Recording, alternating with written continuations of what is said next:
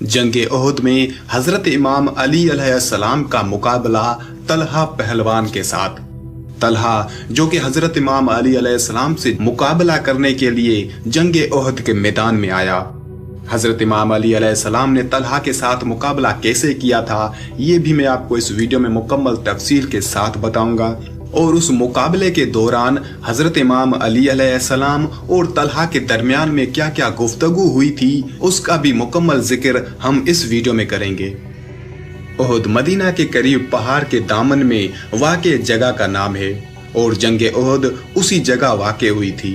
अबू सुफियान जंग बदर का इंतकाम लेने के लिए भारी भरकम लश्कर लेकर आया और मदीना के करीब ओहद के मकाम पर सिफाराई की।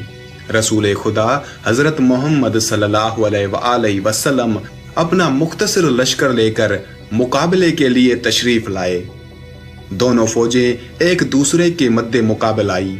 हजरत मोहम्मद सल्लल्लाहु अलैहि वसल्लम ने 70 अफराद को पहाड़ के दरमियान पर खड़ा किया था और फरमाया, हमें फतेह हो या शिकस्त, तुमने दरा खाली नहीं करना।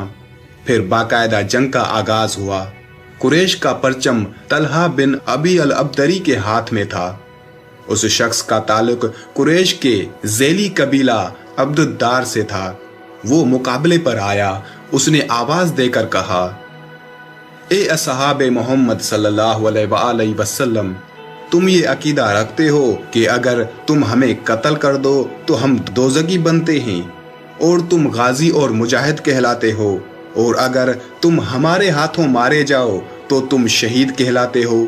अब जिसे गाजी या शहीद बनने का शौक हो तो वो मेरे मुकाबले पर आए।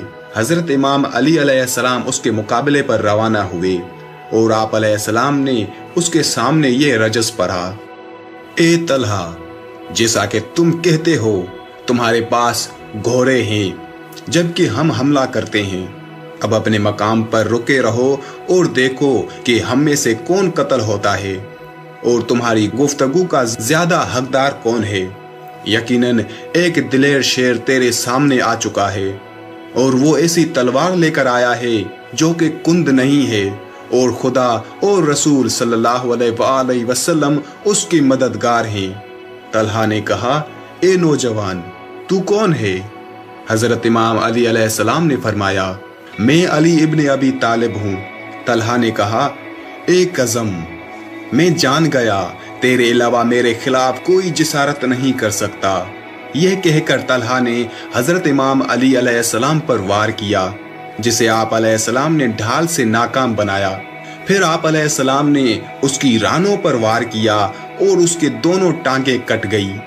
वो पुश्त के बल जमीन पर गिर पड़ा और उसका परचम भी गिर गया।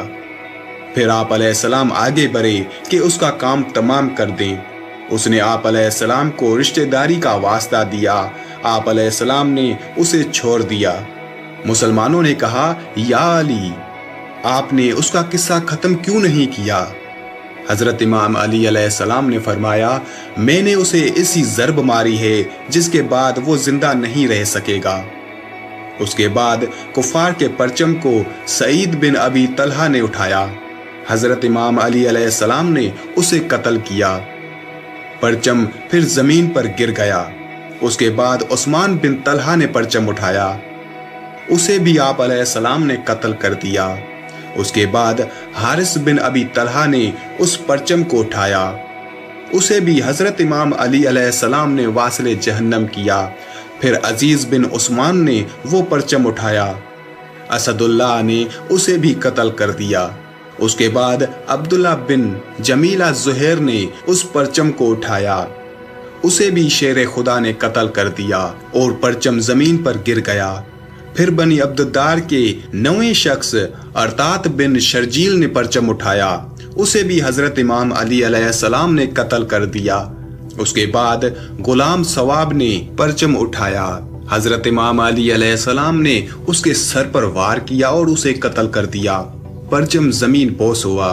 उमरा बिनते अलकमा हारसिया ने परचम उठाया। जब मुशरिकीन के परचम बरदार एक के बाद दीगर कत्ल हुए तो उनके पांव उखड़ने लगे और वो मैदान जंग छोड़कर भागने लगे।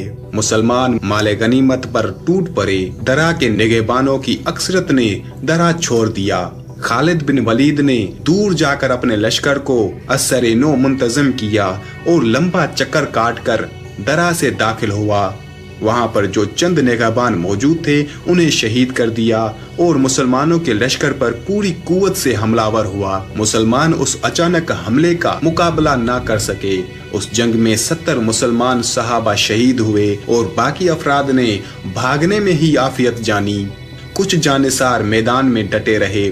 उस जंग में हजरत इमाम अली अलैहिस्सलाम को बहुत ज्यादा जख्म आए। एक रिवायत के मुताबिक हजरत इमाम अली अलैहिस्सलाम को 90 जख्म लगे थे। हजरत इमाम अली अलैहिस्सलाम ने जंगे ओहद में मुकाबला कैसे किया था? हजरत इमाम अली अलैहिस्सलाम और जंगे ओहद का मुकम्मल तफसीली वाक़या मेरे YouTube चैनल पर मौजूद है।